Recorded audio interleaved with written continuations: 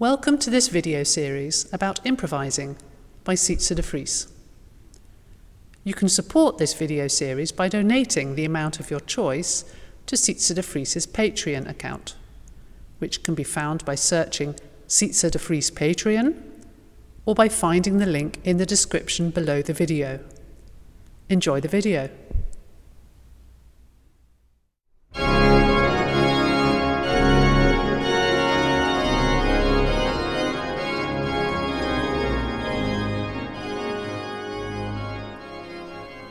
So, video number 3 about improvisation, and I'm sitting here at a very special instrument. It's called a regal. It was especially used in the 17th century, and it's actually a little reed organ. I have an example here.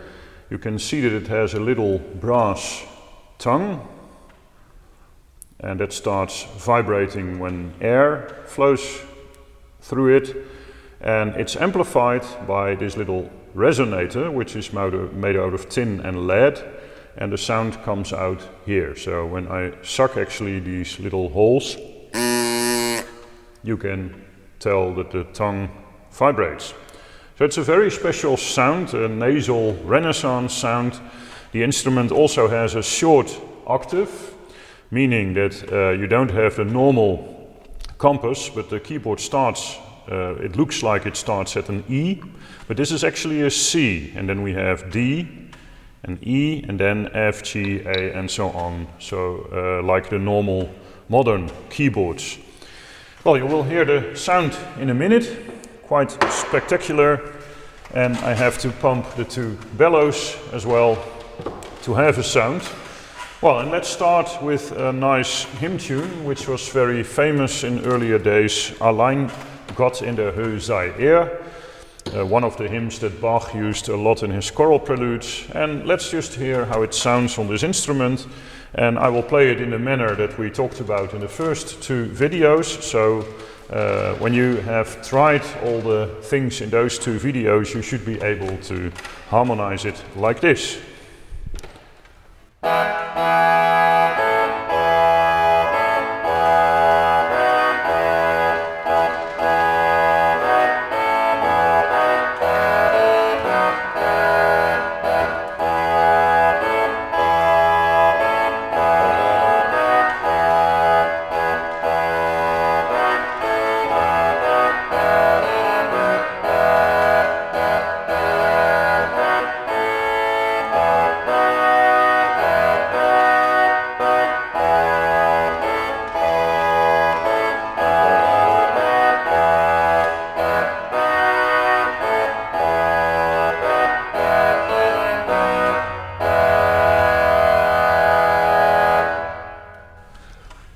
So I harmonized it in F major, meaning that I used the triad of F major, B flat major being the subdominant, and C major being the dominant. Well, as you can tell, this is a very typical sound for the early Renaissance, and it was already around in even earlier times. So to have something new to improvise, you can actually try to see what your own creativity is, because we didn't talk about it so far. Because people always think that creativity and having special abilities is the main thing of improvising. Well, it isn't actually. It's just having control over the different things that you need to improvise. Like I told you before, it's like in a language. When you really speak a language well, when you know the vocabulary, you know the grammar of the language, then you can be free to speak your mind. So the more knowledge you have, the more you can speak that language. It's the same with music. So now we know about the 3 chords we can use, and we can harmonize lots of songs already. But creativity is of course part of it, and that's the same in a language. Some people can talk very eloquently for hours, and other people stick to very simple, short sentences, but both are able to speak the language. So, for fun, let's make a little improvisation that is very much equipped for this kind of instrument, because even before the Renaissance you had the Gothic period, and the main sound of the Gothic period is the 5th, so something like this.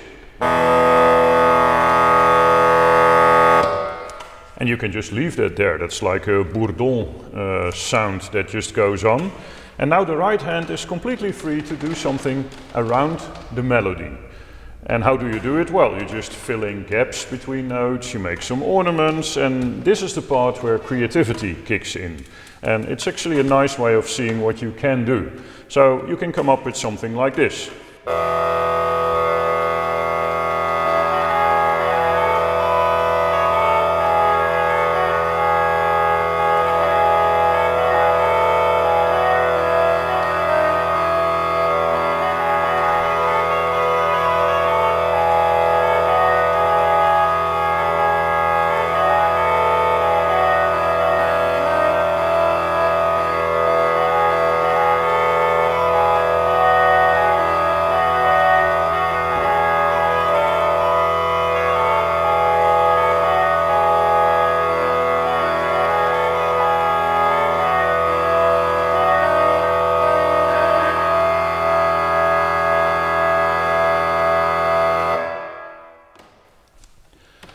And if you have an organ with a small regal, a small reed, it's actually a nice way of making a small variation on a theme this way. It sounds quite interesting, especially in a big room with some acoustics.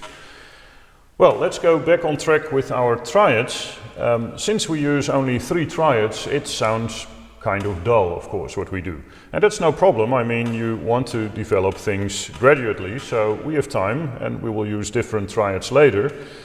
But to have this combination of creativity and the knowledge of what you can do so far, you can already make some interesting variations. So I have only a very small keyboard here and I can already come up with some ideas. One idea would be that I use this hymn that we used so far with echoes. And of course I don't have a second manual here to play echoes on, so you just do it an octave up or an octave down. So let's see how this sounds on this regal when I play this Allein Gott and the Höhe sei er, and I use little echoes playing an octave down.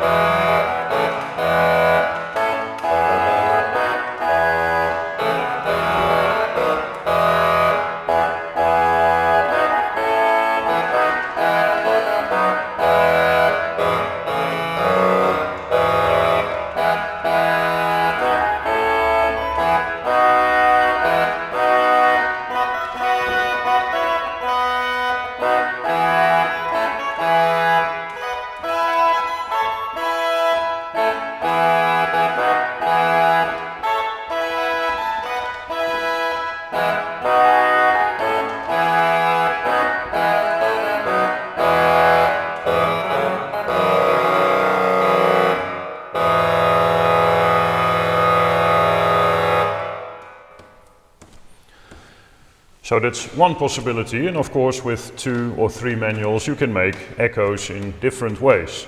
And this is also great practicing because it forces you to think very fast, how do I play a part of the line I just played on another manual, which chords, which part of the melody, and of course you want to stay with the rhythm of the hymn.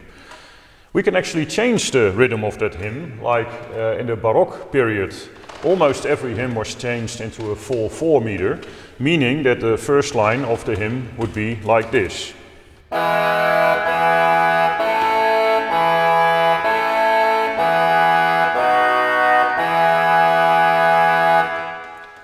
And that actually gives us new possibilities. For example, you can do something in the left hand. You can use a more interesting bass line than only playing the 1, 4 and 5. Well, what options do you have? Well, the most simple way of doing it is having a little motive on the bass note. So instead of only playing the bass note, the root, you play a motive like... And you can put that on the 4 and the 5 as well. So that means you end up with something like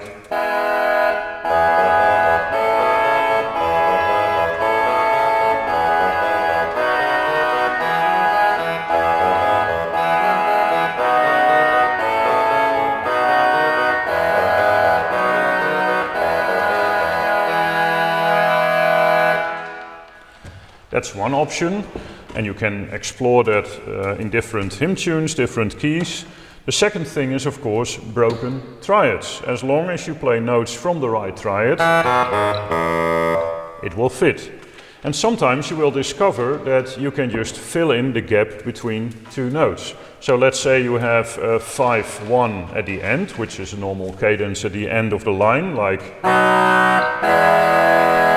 Then you discover I can just fill in the gap in between the C and the F.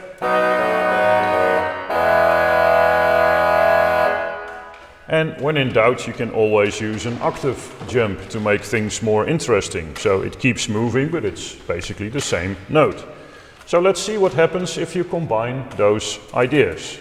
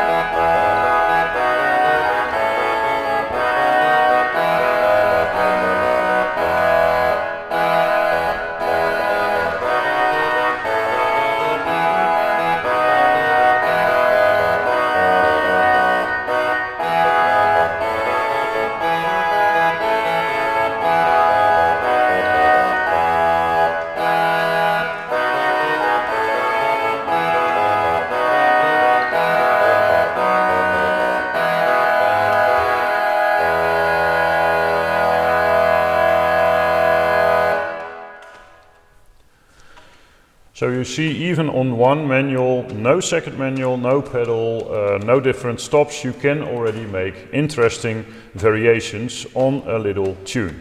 And as always, try it with different hymn tunes, different rhythms, whatever you can do within the restrictions of what we do so far, because we only use 3 different triads. You can already do a lot. Good luck with that.